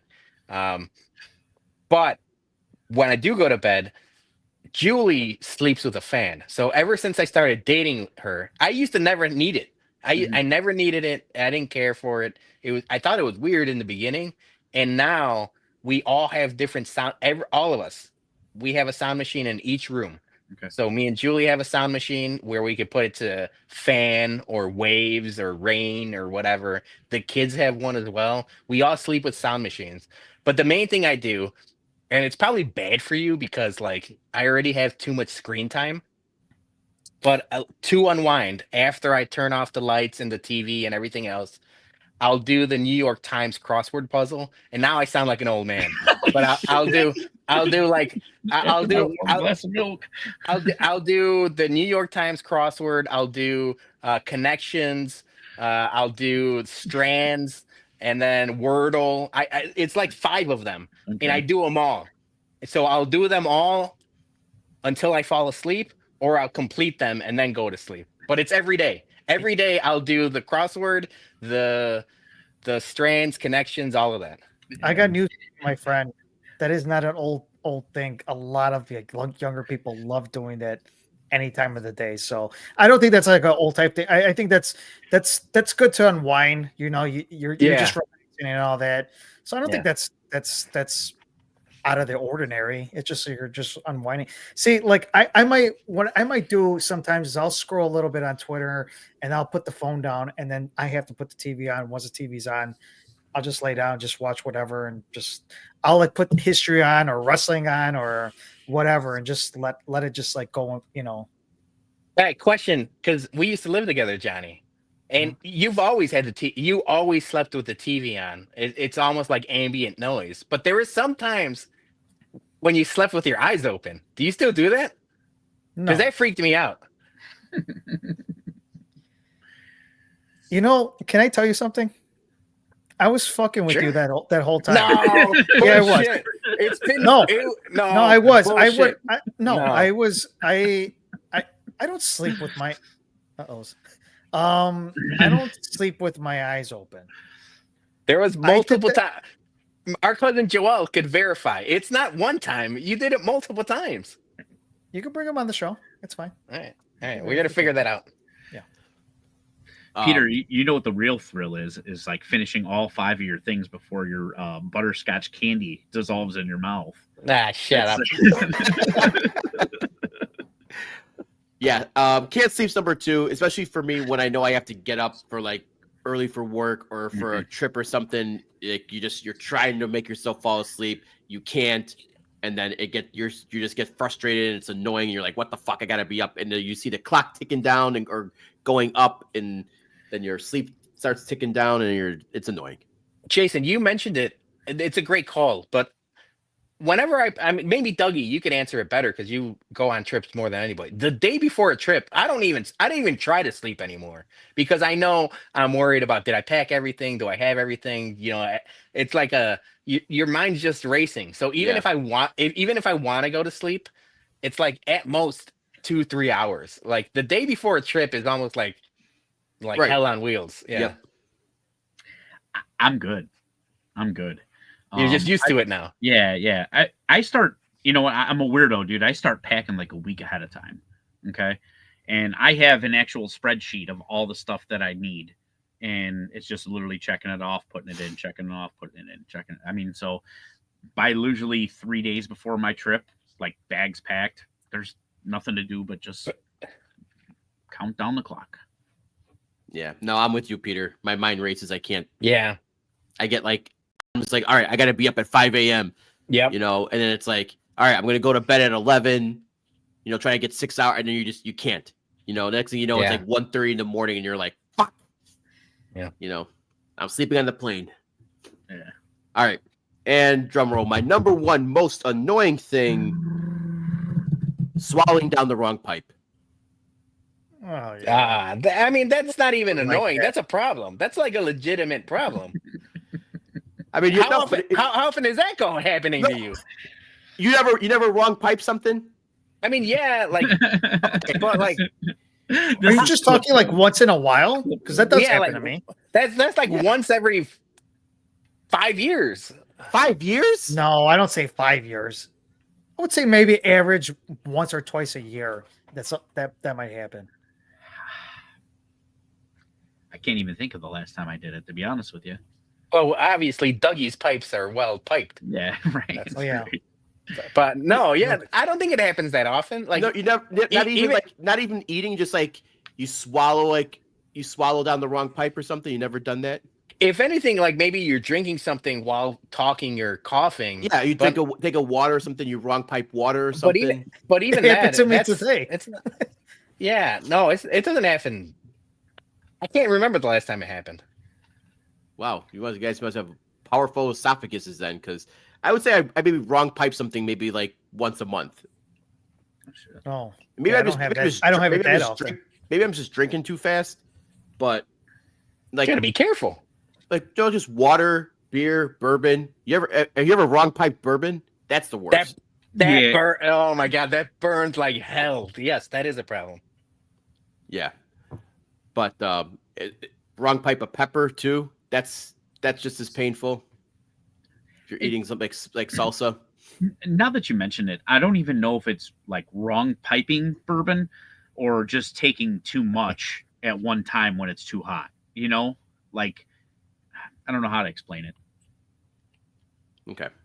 All right. Good job, Dougie. That's my top 10 list of annoying things. I like that. That was a good list. Thank you. All right. With that, we gotta wrap up the show. We gotta bump some people, guys. I lost it. I got it. I think he's a bum. I think he's an absolute bum. You call me a bum? My man, I take that with pride, with honor, that I'm a bum. I'm the king of the bums, baby. Because you're training like a damn bum, you know that? Bum. A bum. All right, let's get to our listener bums and MVBs. First up is Aloha, Mr. Ham. MVB Gordo for fighting the good fight. Yes, all day, every day. Hopefully he's doing well. Guess he was back in rehab, so Yeah, I think he, back in rehab, right? He is I back haven't in talked to rehab. him this weekend. Maybe I gotta text him. Gordo, I owe you a text.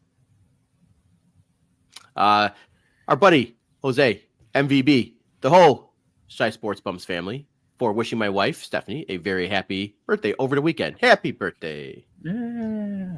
Happy birthday. All right. Happy birthday, Steph. Bum of the week. Stupid lady hitting on 17 when the dealer was showing 13. Mess up the whole flow of the game and cost me. I fucking hate that, dude. You need to play with people who know how to play blackjack, because the fact that you hit on 13, dealer shows 13, that's the stupidest. That's blackjack 101. Okay, I think we've mentioned this before, Jason. You are the blackjack, Yeah. expert in the group.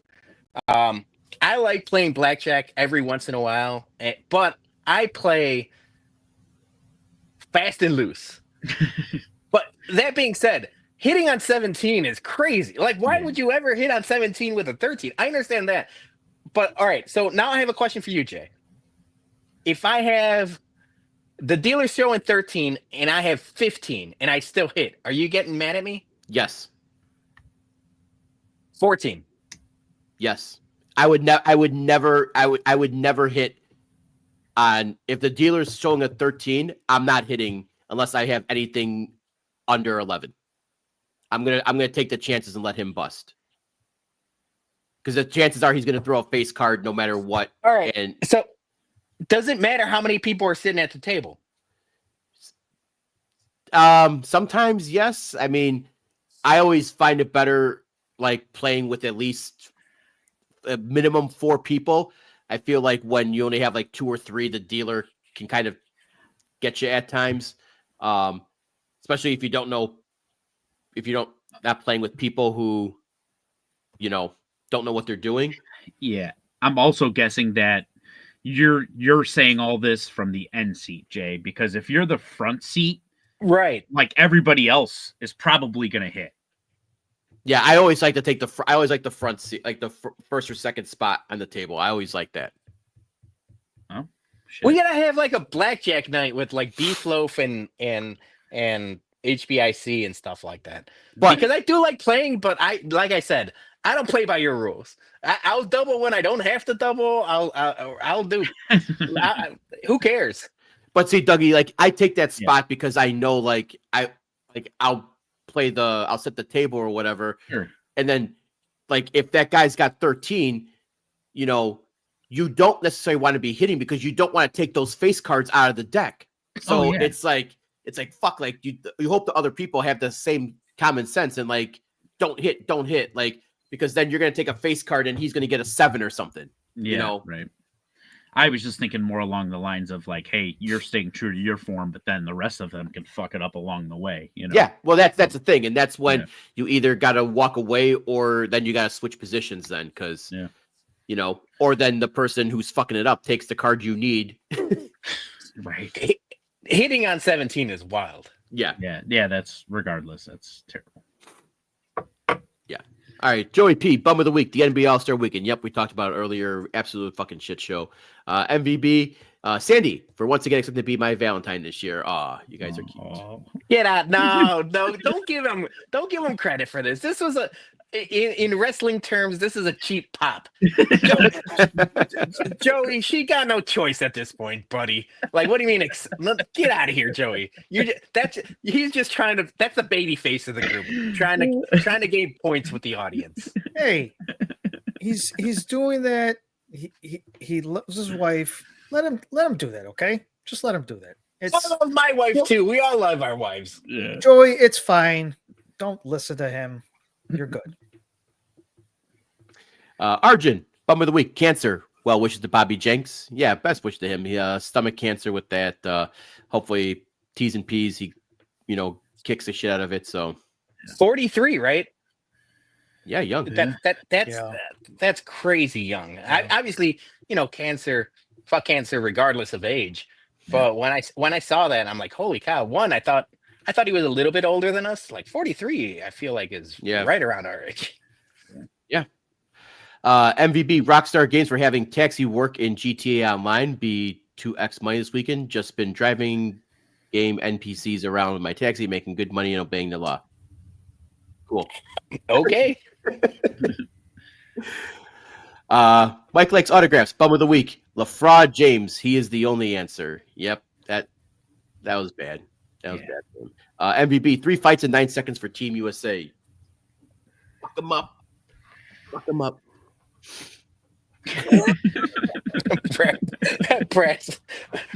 Read Prez's. Prez in the comments says, Arjun's out there doing what I do in real life in a video game. That's good. Nigerian Prince, MVB, Gary Bettman, vomits. Four Nations Face Off is a hit. Absolutely. Love it. Love it. Too. Bum of the week. Nico Harrison should break the butt fumbles ESPN not top 10 record because I do not follow the NBA, but even I know that was blasphemy. Yeah, he needs like security now and everything around him because Dallas fans want to hog tie him. It's a problem. Yep. King Ass, bum of the week. My sewer drain backing up into my house. Oof. Dougie knows all about that. Yeah, should hit me up. MVB, Mac McClung doing his thing in the dunk contest. Yeah, we gave props to the white boy. SPF, MVB, Sandy and Joey P for being a great couple. Always enjoy to see them having fun. Here's interesting. Bum of the week. No. Let's get to the MVB first. That's creepy as hell. What are you talking about? Enjoying them having fun? Yeah, we all. That's weird, man. That's weird. Bum of the week. That horrible fucking mustache you're sporting. This is directed towards Peter. Put some milk on your upper lip and have the cat lick it off. All right. So we're gonna address this right now, and I'm gonna. You know what? Might as well get to the next one too, because Jer says bum of the week, Peter, for my terrible mustache. I said it. The bums need a mustache guy, like the Bears coaches, like Ditka. We need a mustache in the group. Johnny shaved it off, even though that was your shtick. So I said I'm gonna keep it growing until Johnny brings it back. I'm gonna be like Dom Mysterio. It'll be shitty. I might grow the mullet. I might do everything. But this goes like one. Don't worry about me, SPF. You're old as fuck. So who gives a? Well, these two old guys are worrying about what my face looks like. Like I can fix the mustache. I could lose a little bit of weight. I'll be all right. These two old guys are old. It don't matter. You're donezo. So worry about yourselves, people. I just so badly want to call you Dirty Baloney. Yeah, I might change my Twitter handle. I've got like My Sock Summer talked about it or quote tweeted the bums page with my picture on it. Yeah. It's getting so much heat, almost like a wrestler. I might never shave it off. This is me now, baby. People hate it so much. I love it. You do you, baby. Thank you, Johnny. Thank you. Johnny. If hating's an occupation, Peter's got a full-time job. Boom, boom, boom, boom, boom. Mailman Jack, MVB, my forever Valentine, my wonderful life. Chris, great Valentine's Day, long weekend away in New Orleans. Very nice. Oh, yeah. You guys been to New Orleans? I have not. Mm-hmm. I know. Julie and I, we've talked about this for like a decade that we got to make it to New Orleans. Yeah. I think next time the Bears or the Steelers play, we got to make it there. That's my promise to Julie. Yep. Yeah. All right. Bum of the week, mailman from Mailman Jack. On our way home to single-digit temperatures, woof. Can someone with a heated vehicle pick us up from Midway around 7:45, please and thank you. I hope he's watching the BumCast on his way home. He texted me while the BumCast was going, right before I had all my audio issues and everything. But he texted me 3 Ubers canceled on him.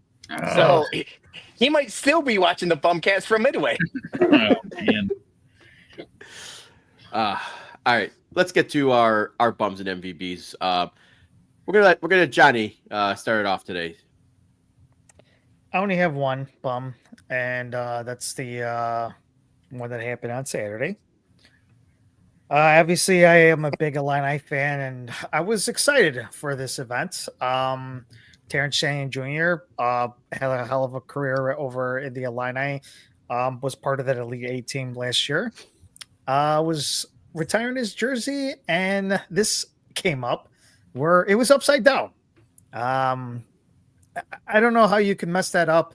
I felt bad for Terrence as well too, because I'm just like, he's the one who's pulling it up, and all of a sudden it's upside down. I mean, obviously the number was fine because it's a 0, but but still, I mean, I don't know how you can mess that up where you have it upside down. I mean, don't you guys do some sort of like I don't know, like a pregame thing to like make sure that like everything goes smoothly before you do something like that? I mean, just it doesn't make any sense to me. That didn't help that they fucking lost to Michigan State as well too, but yeah, kind of sucks that that happened, and I felt bad for him because, like I said, that was a special night for him. And he's a Illini favorite as well too. So yeah, I'm bumming whoever was responsible for that stuff. Just you can't have that, man. Can't have it. Double check. Have someone double check. Yes, Yeah, I saw the athletic director apologized during a press conference. Yeah, Whitman. And he apologized to the family and to Terrence Shannon and everyone. He apologized to the fans. I thought this could be something they could buy into. Leave it up backward. I know they fixed it already. They should leave it up upside down. That could be like a thing. Like everyone go see the upside down banner. But leave it up. See, now I agree with you. If they wouldn't have got curb stomped that night. Now, if they do great, then it's like if they would have won. If they would have won. Absolutely. They do like some epic run, the lucky jersey. Exactly, yeah. That's a good point. Yeah. All right. Peter, you're up next. All right, so MVB goes to. I mean, it was Valentine's Day, right? Julie, obviously the wives. I know I made fun of Joey P and Sandy, but obviously they're the best too. I had a nice time. We had a quick date night with Julie. We went to grab some lunch. We went to go see the newest Marvel movie, Captain America: Brave New World. I'll save that for maybe whenever we bring back the MCU review, but it was just fine. It was what it was. But yeah, so MVB, obviously Julian, the rest of the wives, and everyone else that we spend Valentine's Day with. My bum of the week is someone and something I think I've bummed every year for the last 3 years. And I've noticed it getting progressively worse and worse. Dougie, I text you. We're both out there snow plowing and salting the better part of 3 days this week. I think it was like Thursday, Friday, or Wednesday, Thursday. I don't even remember anymore. But it's meteorologists, it's weathermen, it's the people telling the weather on the news. These motherfuckers, they got all these same instruments we got at this point. They're getting it wrong. Like I record for work. I record 3 different weather or like evening news, and I'll see what they say, and then I'll aggregate my own information. And I told you, Dougie, I'm like, these motherfuckers don't know what they're talking about at this point. They get it wrong most of the time. And me and you, who do this for a living, I'd rather rely on my information and my radar and my just instincts at this point. It's getting progressively worse. I think I feel like, I don't know if it's because the news or just in general, they're allocating less time and less effort, because I've noticed this within the last 10 years, weather news teams on every station have gotten from like 7 people to 5 people to 2 people. And now it's like, just like a handful of people. Or it's just like they'd rather err on the side of we're all getting 7 inches when I was about to make that joke. We all say we're getting 7 inches, but it ends up being 3 inches, and you better be happy with it. But yeah, it's bad. So bum of the week, meteorologists, especially in the Chicagoland area. Yeah, and I want to piggyback the people like just freaking out over the snow when they were saying it was supposed to be 6 or 7 inches. Like, we haven't experienced that in Chicago before. Like, that's nothing. Like, that's nothing for us. Like people were panic buying like it was COVID again at the grocery stores, like just crazy ass long lines, like hoarding and for like pretending that they're going to be snowed in for 4 days and nothing happened. Like people forget how to drive, they go fucking crazy over it. Like you live in Chicago in the winter, like people, it seems like they have like just forget that it's we deal with it. It's nothing for us. There is a just real quick.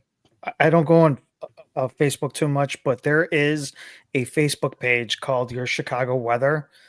That's probably the best reliable source you could get as far as that like guy's weather. awesome. Yes, that guy's awesome. Whoever's running that does it exact. Like he breaks everything down, or whoever is breaking everything down, and tells you exactly how it's going to be, where the breaks are at. Just very descriptive stuff. If I'm looking for any weather reports or updates, that's where I'm looking at it. You're right. Meteorologists, I should be a meteorologist. Yeah, I think they get paid pretty well. So Johnny, I think you got to go to school for that shit. But Johnny Baskerville, you do well. I'll be okay. The one thing I will mention, because you mentioned him, the Chicagoland weather on Facebook, he was awesome. It's two guys that run the page, but the main guy, he would just go ham on Facebook, and rightfully so. He was just hustling, trying to build an audience. He built the audience, started his own app, and started to charge for that app. I paid for it because I'm like, this is what I do. I trust him. The app was so shitty. It's been bad ever since, and now I think he's back on Facebook. Tough scene. It's tough, man, because like we all do this content for a living, and like eventually you want to start earning and making a buck on it. And it sucks for him because like he was really good when he was doing it on Facebook, and as soon as he tried to do his own app, I don't think it went as well as I thought it was going to go for him. So that's just tough. All right, Dougie, you're up. All right. So I already told you MVB, NHL players. I really dig in the All-Star break this time. The effort that they are putting forward, embarrassing the other team or other leagues. This is not an ad, but I wanted to bring this up. Circle, okay? They came to my work, and they see that? Let's see. Yes, the Circle bottle. Oh, that was like I thought you had like a fleshlight there or something. No, flavored water. I was little choked up. They considered us first responders and decided to donate to our department water bottles because of our hard work. So that was very nice of them. Awesome. They were going to the neighboring communities or whatever, and specifically taking care of police, fire, and public works. So very cool. That was awesome of them. On to my bums of the week. My first bum of the week is our guy Peter Baloney. Here we go. All right. Yep. So this guy a couple weeks ago or whatever is telling everybody about how he's revolutionized FaceTime and about how he's, this is how you get to me right away, everything like that. During the snowstorm, I was like, just sitting there. I'm jamming to a song. I've gotten to the point of my night where I'm doing karaoke, and I'm like, I'm just going to hit up my brother. You know what? I'm going to hit him up with a little FaceTime. Didn't answer. Ooh. Yeah, I was working. Oh, yeah. I called you back 45 minutes later when I got back to my truck. I was out being a good boss, shoveling sidewalks with my crew so it doesn't look like I'm just in the truck plowing away. Hey, so sorry for me. Actually, I needed the exercise, which is also good. But yeah, I'm sorry I didn't FaceTime you when I was working, Dougie. Next time you're digging somewhere in a hole, I'm gonna make sure I FaceTime you, see if you answer. Hey, when my karaoke rendition of Dear Maria comes on, you better answer the phone. I was going hard, but I'm sad I missed it. I understand. So myth busted on that. FaceTime is dead. My second bum of the week goes out to the Canadians that booed the national anthem.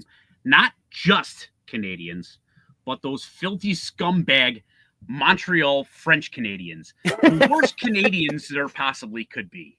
Okay. 91% of that little shithole speaks nothing but French. That's their first language is French. Okay.